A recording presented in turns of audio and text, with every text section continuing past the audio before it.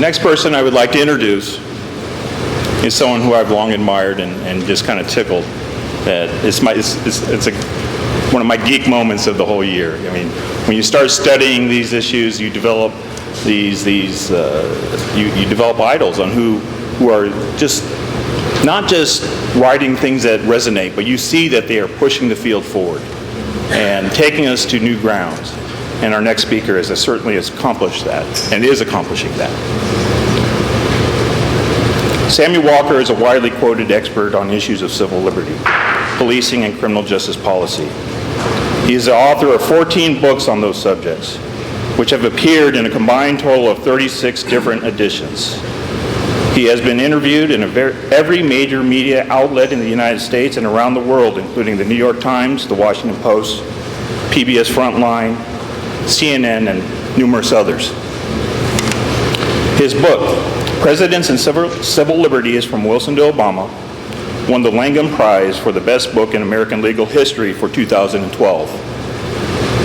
Dr. Walker is an emeritus professor in criminal justice at the University of Nebraska at Omaha, where he taught from 1974 to 2005. He received a PhD in American history from Ohio State in 1973. Dr. Walker is perhaps best known for his work on police accountability, including 2 books and 2 reports on driving while female, and for his definitive history of the American Civil Liberties Union in Defense of American Liberties, which was first published in 1990 and issued in a revised edition in 2000 by Southern Illinois University Press. He was a member of the International Association of Chiefs of Police's National Working Group on Sexual Offenses by Police Officers. In 2011, Dr. Walker won the Western Society of Criminology W.E.B. Du Bois Award for contributions to the field of criminology in the area of race and ethnicity. In his student days, Dr. Walker was an active participant in the civil rights movement. He was a volunteer in the historic Mississippi Freedom Summer of 1964 to help register black voters in the state. One of his fellow activists in a voter registration training session was Andrew Goodman, who along with Mickey Schwerner and James Chaney was murdered at the very beginning of the Project Summer by members of the Ku Klux Klan with the complicity of the local police. Walker has posted original documents from his experience in Mississippi on the Civil Rights Veterans website. Dr. Walker is an avid collector of items linked to history and music, 2 of his passions. He owns about 10,000 vinyl LPs, I found that fascinating, of jazz, R&B, and folk music, and has amassed hundreds of original posters of presidents, civil rights, and various pulp culture and political events.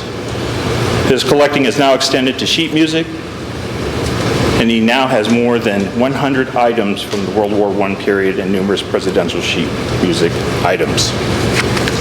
It was with great honor that he is here with us today, so please join me in welcoming Dr. Samuel Walker. Well, you brought up a couple of points here. Let me dispose of the first one, the easy one. The police have data. They have their own data on 911 calls and on crime data, and that's plenty to work with. It's got to be good data. It's got to be in a format that they can use and analyze it. But I think you raised a much more important point early on, in the sense that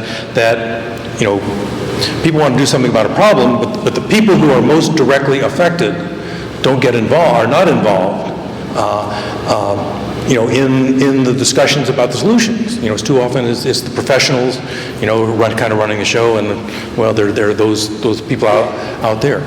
That is the major hurdle. That's a major problem, and that's part of the reason we've gotten into the situation we're in our cities.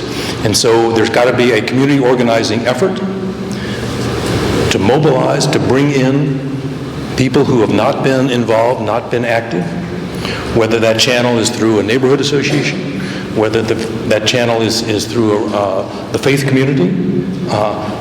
That's what has to happen. The last year and a half, I've been involved with a number of community groups in Chicago. There's this coalition. I just got another invitation this week to go to a conference in May.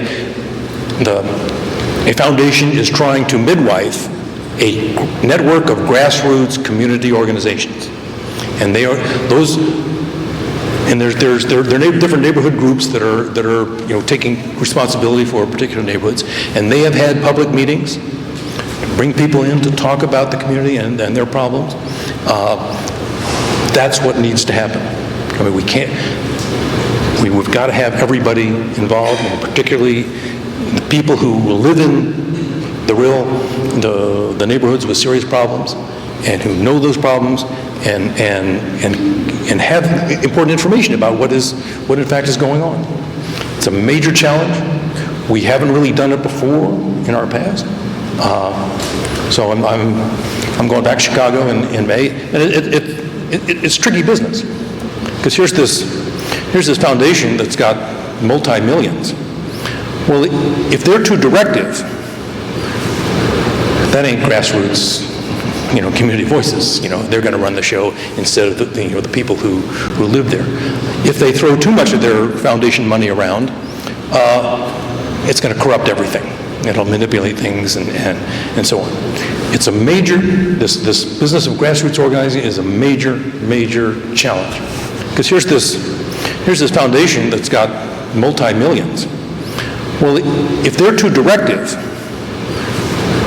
that ain't grassroots, you know, community voices. You know, they're going to run the show instead of the people who live there. If they throw too much of their foundation money around, it's going to corrupt everything. It'll manipulate things and so on. It's a major, this business of grassroots organizing is a major challenge.